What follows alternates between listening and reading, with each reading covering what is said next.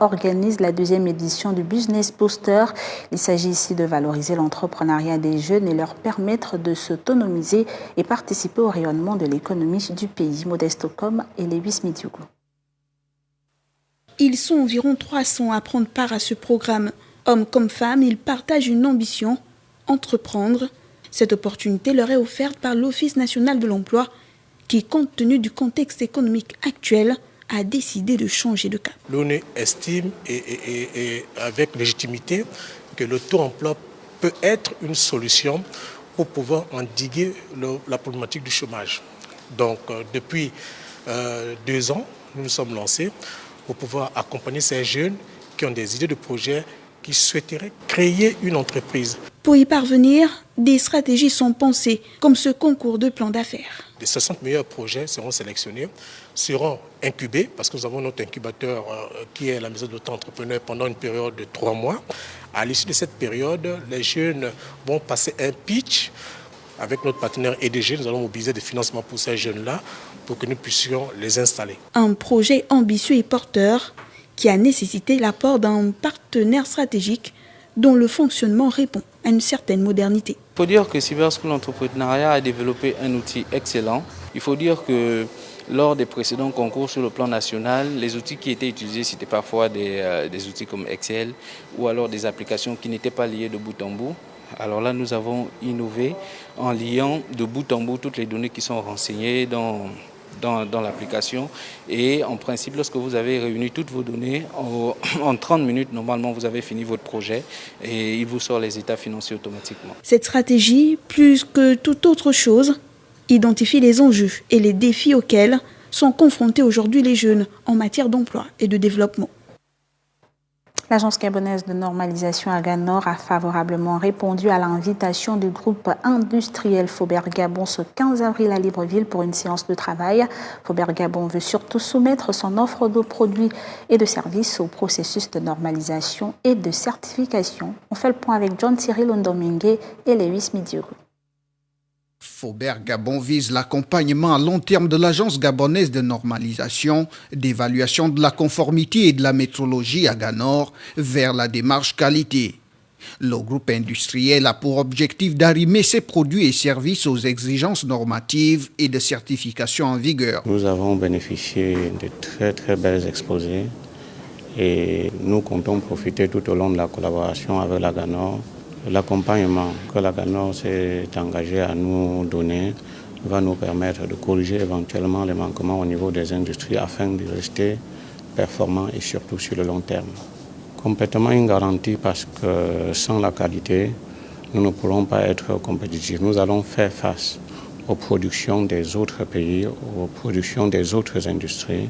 Dans ses missions d'homologation et de diffusion des normes, de gestion des systèmes nationaux d'évaluation de la conformité et de métrologie, l'Aganor s'illustre également en outil de veille normative auprès du fleuron industriel gabonais. La normalisation et la norme, tout simplement, sinon l'infrastructure qualité constitue le socle d'une économie ou d'une industrie dynamique, compétitive et résiliente. Aujourd'hui, l'Aganor essaie de déployer au maximum les missions qui lui sont dévolues pour répondre à cette attente d'accompagnement à apporter aux opérateurs qui ont choisi de produire, de distribuer, sinon de proposer aux consommateurs gabonais et pourquoi pas africains des produits de qualité qui répondent aux normes requises. Les défis qu'impose la zone de libre-échange continentale africaine, les CAF aux économies, contraignent les industries du continent à intégrer une dynamique rigoureuse de qualité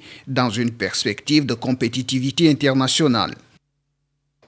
Rien à voir avec ce qui précède, le 3e adjoint au maire de la commune d'Ovando, au sud de la capitale gabonaise, a procédé ce 15 avril au lancement de l'immatriculation des taxis pour l'année 2021. Avec l'entame de la nouvelle année fiscale, ces contribuables souhaitent eux aussi se mettre à jour, j'y arrive. Et cette opération vient donc à point nommé. Miguel Mabika et Hervé Obiang étaient présents. Dans l'enceinte de l'hôtel de ville de la commune d'Ovando, chaque conducteur de taxi a reçu pour le lancement de cette opération son autocollant en guise d'immatriculation. Au nombre de 1750, aux couleurs rouge et violette, les vignettes de cette année ont un double objectif, l'identification et la sensibilisation au respect des mesures barrières. L'enjeu, c'est tout simplement de faire travailler d'abord les taximans et puis de faire en sorte que le transport se fasse régulièrement, parce qu'actuellement, lorsque vous déplacez, eh bien, vous avez du mal à trouver un taxi pour assurer le transport. Donc l'enjeu, c'est le transport de passagers de Libreville, de Dakanda et d'Ovendo. Pour les premiers bénéficiaires de ces vignettes qui ont désormais l'autorisation de circuler à travers le Grand Libreville, le choix de la commune d'Ovendo n'est pas fortuit. La facilité dans les procédures d'établissement des documents en est la raison. Moi, tout le temps, je viens ici là pour prendre mon numéro parce qu'ils sont bien. Lorsque tu es à jour, tu es ton agent, tu paies ton collant, tu paies le patente, tu paies tout, tu viens ici, il te donne ton numéro. Ici, on nous reçoit très bien. Il n'y a pas d'inquiétude. Quand tu payes, on te colle ton numéro sans problème. Notons que pour être en règle, le délai de rigueur d'immatriculation pour les 1750 taxis enregistrés dans la commune d'Ovendo cette année est fixé à la fin du mois de mai. Passé cette date, une amende leur sera imposée. Actualité sur le reste du continent, l'ex-chef de guerre ivoirien Amadé Ourémy, qui avait placé une partie de l'ouest du pays sous sa coupe en 2011, a été condamné jeudi 15 avril à la prison à perpétuité par la cour d'assises d'Abidjan pour des crimes contre l'humanité. Des faits commis par l'accusé ont été enregistrés dans la ville de Douékoué les 28 et 29 mars 2011 lors de la crise post-électorale qui a secoué le pays. 817 personnes y avaient été exécutées en une journée selon la Croix-Rouge, 300 selon l'ONU, des chiffres rendus publics lors du procès. Et au Sénégal, pour lutter contre le chômage des jeunes, le président Macky Sall entend investir 80 milliards de francs CFA pour un projet de développement. Classé dans le top 10 des pays les plus touchés par le chômage, selon le rapport 2020 de l'Organisation internationale du travail, le Sénégal va améliorer sa situation, notamment en ce qui concerne la jeunesse. Pour atteindre cet objectif, les autorités vont, cette année, débloquer 150 milliards de francs CFA, dont 80 alloués au recrutement de 65 000 jeunes dans les domaines de l'éducation, de la reforestation, de l'hygiène publique, de la sécurité et de la construction routière. L'ambition ici est de mettre en œuvre le programme d'urgence pour l'emploi et l'insertion économique des jeunes. Avec une population estimée à plus de 16 millions d'habitants, le Sénégal a enregistré en 2019 un taux de chômage de 48%.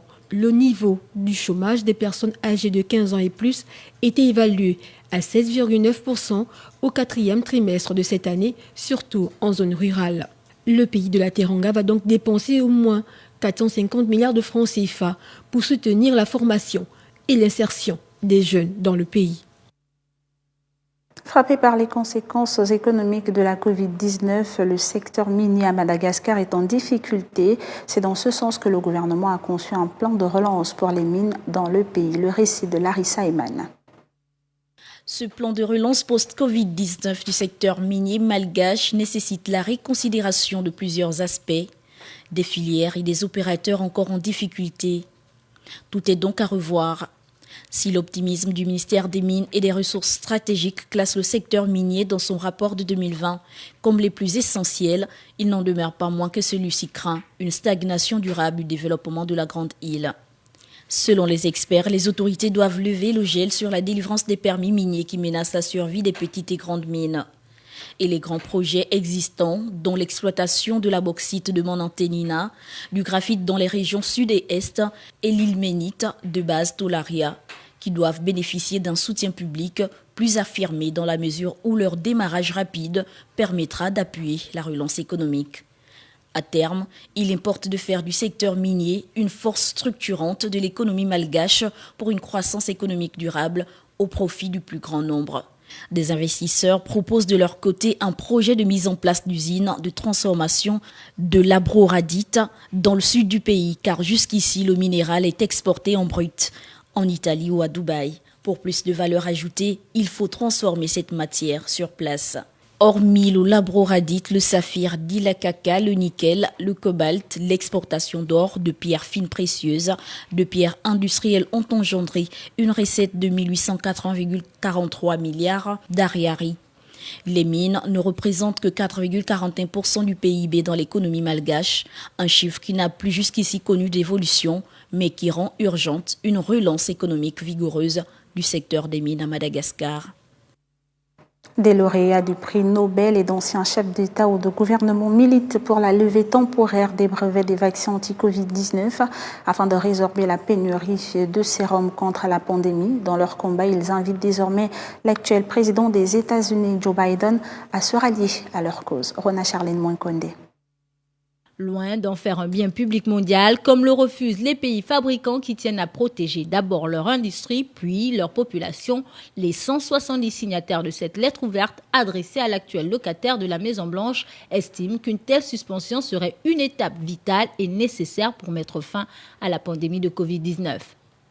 Parmi ces signataires, on peut citer l'ex-président français François Hollande, l'ancien chef du gouvernement britannique Gordon Brown, l'ancienne présidente du Libéria Ellen Johnson Sirleaf ou encore le prix Nobel de la paix Muhammad Yunus, celui de l'économie Joseph Stiglitz, de la médecine Françoise Barré-Sinoussi.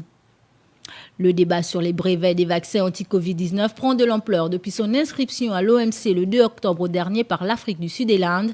La proposition a recueilli depuis le soutien de dizaines de pays en développement et défavorisés. Le texte propose d'accorder une dérogation temporaire à certaines obligations découlant de l'accord sur les aspects des droits de propriété intellectuelle qui touchent au commerce afin que n'importe quel pays puisse produire les vaccins sans se soucier des brevets. La course à la vaccination pour contrecarrer la contagiosité des nouveaux variants qui risquent de compromettre l'efficacité des vaccins, c'est le nouveau tournant que prend désormais la lutte contre la pandémie de coronavirus dans le monde. La plupart des pays du globe tentent alors de vacciner le plus vite possible leur population pour enrayer la progression de la maladie et ses variants. Et en Espagne, des journalistes citoyens viennent de lancer le premier média créé par des réfugiés. Leur vocation journalistique s'est forgée durant le conflit en Syrie avant qu'ils émigrent dans la capitale Madrid. Ce journal du nom de Benana est une revue en ligne en arabe et en espagnol. Âgés entre 22 et 39 ans, Mohamed, Eram, Moussa et Okba viennent tous les quatre de la ville syrienne de Deraa, dans le sud du pays où a démarré en mars 2011 la révolte contre le régime de Bachar al-Assad.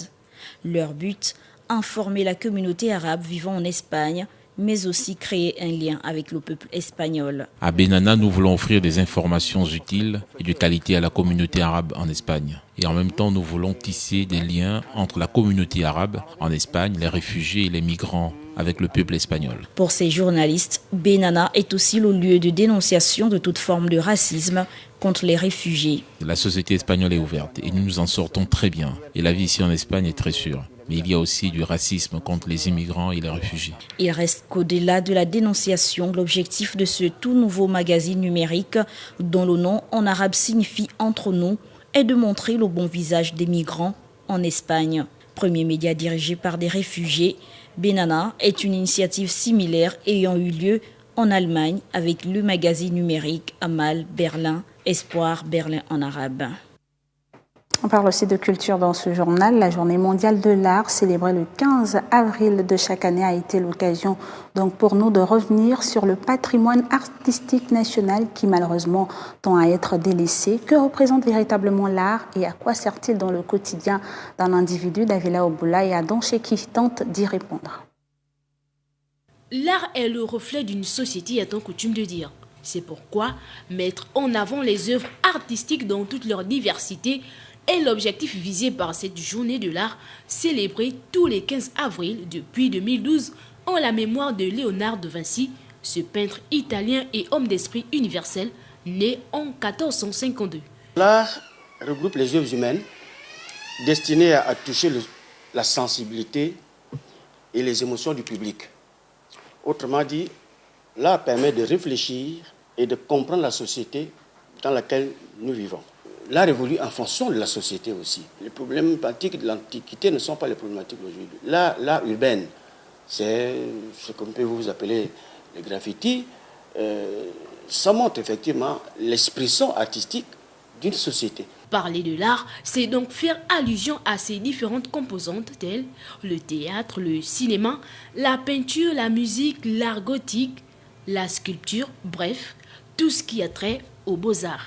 Nous sommes dans l'atelier de sculpture. Ici, on travaille avec l'argile, la matière première, le bois, qui est aussi la matière première. À travers la sculpture, ça nous permet d'immortaliser les gens qui ne sont plus de ce monde. On utilise l'argile, après on moule, on coule avec le plâtre. Après, maintenant, on finit de faire le plâtre, on décape, on fait avec le bronze. Finalement, parce que l'art est une manière de dévoiler les expressions culturelles d'un pays, les différentes manifestations culturelles artistiques d'un peuple, développer l'art, c'est prendre soin de son pays, sinon de la société tout entière.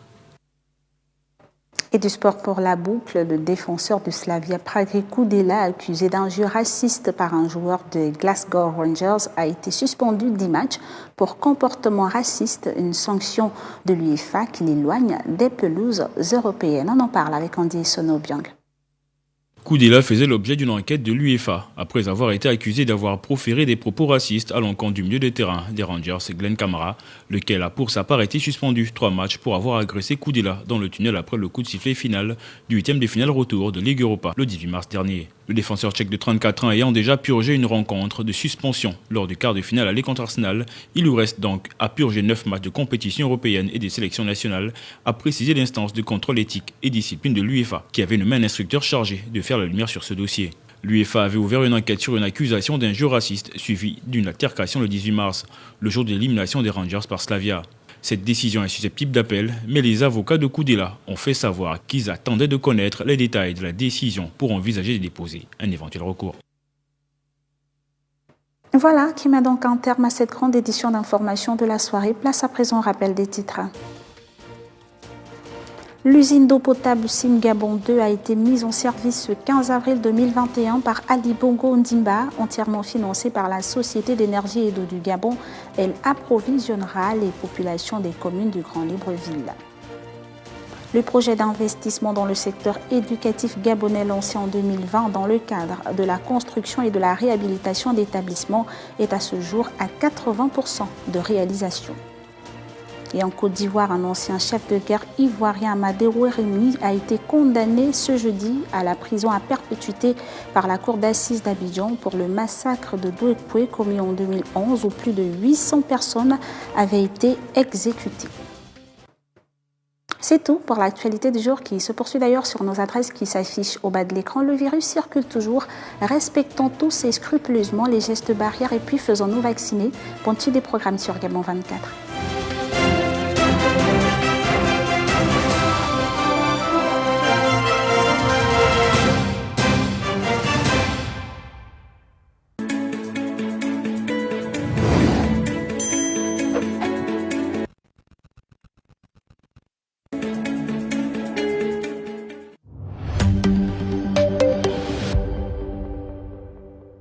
Dans son volet social, le plan d'accélération de la transformation intègre 5 projets. L'ouverture des centres de formation professionnelle.